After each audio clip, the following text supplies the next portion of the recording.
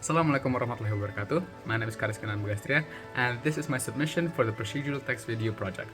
So, as you might see with the proceedings of this video, you might notice that I have taken such a huge gap between the last and this current recording. My hair is different, my shirt is different, and the lighting is a bit different. And that is due to two reasons. Reason number one is the fact that I am trying to be genuine with this project, which means that I am actually trying to record what I do or the processes that I have to partake in when I do an actual research. In the last recording, I tried to make a whole essay in a day, which of course failed. So in this instance, I will actually be joining a competition, and that is why I wanted to showcase it this time, and I waited for the occasion.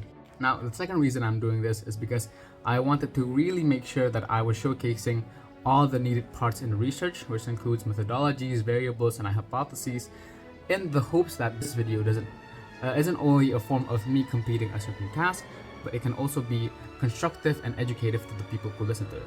Those two justifications aside, in this video, it will be divided into two main parts. The first one being my contextualization process, which was my last take. It will include a lot of narration, and this current phase, which will be my thesis defense essentially. So yeah, I hope you can both learn, and I hope this can be an educative process. And yeah, enjoy! So the contextualization process is a process that you partake in as a first step to research. You find what you want to research about, whether or not it's relevant, whether or not it's urgent, and it's really the make or break in determining a research, because that is where you question your logic on determining a certain topic. And it took me about 8 hours to find a title on a topic, and then off camera I did some more research, and in total it took about 2 days to contextualize, and that includes things such as methodologies, variables, hypotheses, things that you will hear me discuss later on in my thesis defense.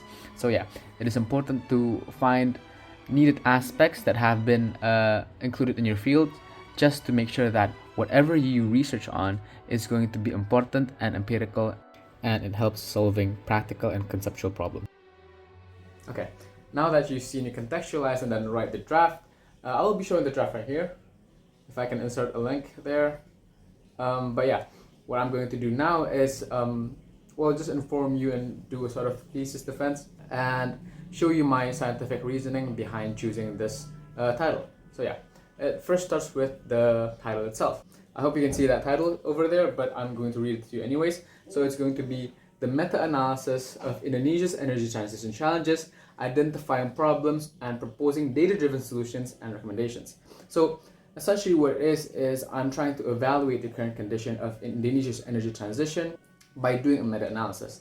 And although I didn't include a specific variable in this, I did include a specific methodology.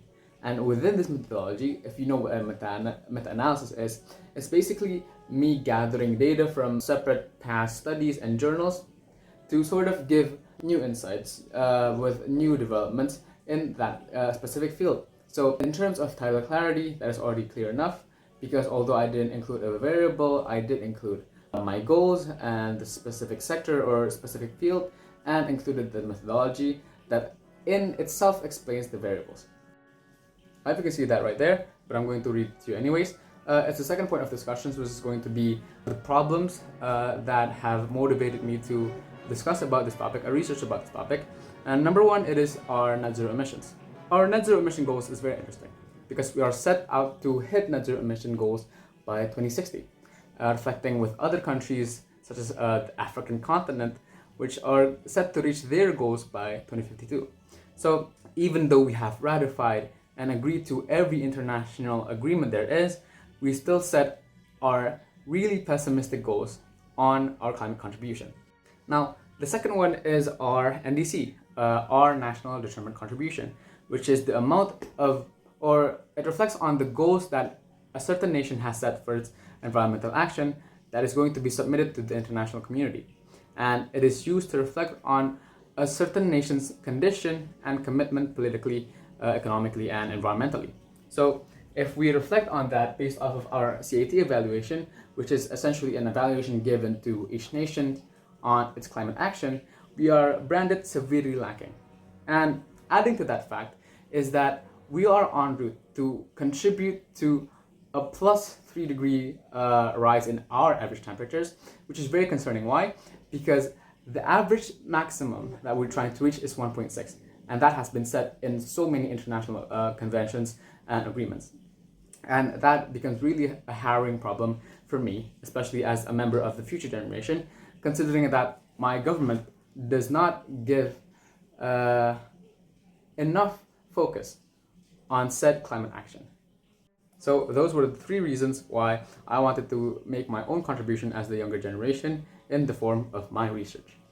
Okay, now for the third point of discussion, which is going to be the area of research. Now, the area of research is determined to make sure that I, in the process of writing, don't go past certain barriers or certain topics that might not be included within my title. So it is there to ensure that my research is guided and that it doesn't fall into categories where it's not supposed to fall into. So my first limitation is on geographical standing. It's going to be limited to Indonesia. And then on my second limitation being infrastructure, I'm going to mainly discuss on the power mix in Indonesia. And then I'm going to discuss on the SAIFI and SAIDI index, which is measured to determine the electrification rate of a certain nation. And then on the part of policy, I'm going to mainly discuss regulations set by the SDM ministry, and then how much we have committed to the Paris, COP, and IPCC agreements. And lastly, on the standardization of AR6 that has been also ratified in the IPCC conference. And then on my last limitation being economy and fiscal responses, I limit myself to the agreements we have with international partners, such as the GETP with its IFA goals. And then on nationally, it will be limited to the implementation of the TKBI, which is a certain taxonomy given by the OJK so that businesses in Indonesia know specifically what actions are environmentally beneficial or environmentally damaging. Just to clarify, I won't be delving too deep into technical matters, as that will take a lot of time from this video, but just know that all the indicators and limitations that I've set for this topic is there to make sure that I use relevant sources, but also still within the premises of my title. Okay, now moving on to the methodology. Now, I won't write it on the board, as I think it's getting less and less visible, so I'll just put it right here in post-editing. So basically, the methodology that I'm using is meta-analysis, which is basically, as I've explained before, gathering data from previous studies. But then also that will be complemented by having what I call a scoring or qualitative context analysis, which what this will do is with the data or with the journals that I've gathered, I'm going to do a qualitative study based off of a scoring method that I've already determined, which I'm going to be using the CAT standard for. And that is going to basically help me in grade specific policies that have been set by the Indonesian government and how majorly that helps or how that exactly contributes to climate action in Indonesia. So yeah, those are my two methodologies, and it is set so that the solutions and recommendations that I'm trying to achieve here is reflected based off of problems that actually exist and reflected based off of their urgency, to make sure that what I answer or the solutions that I gather are answering the problems that are most urgent.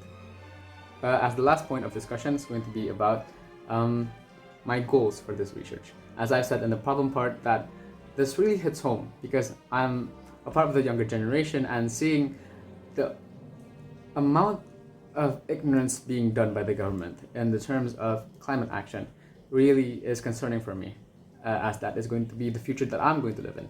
So my goals for this research are two. One is to reflect on what the government has done, their actions, which ones are good, which ones are bad, and just continue on with the recommendations and solutions. But also number two is to give fellow youngsters like me more insight to the conditions that we are going to live in or that we currently live in, and actions that they can take so that they won't be helpless, that they won't be inactive in the actions that are going to be taken to determine our own future. And yeah, that's all for the discussions. I'm sorry that this video is coming out really late and I am not doing my assignment on time, but I hope that is compensated by the amount of personal touch and careful considerations with the skills that I have that I have contributed and committed to this project. So I hope that both you as the viewer and me as the author can learn equally the same to contribute to the current conditions of our environment. And that's all from me. Wassalamualaikum warahmatullahi wabarakatuh.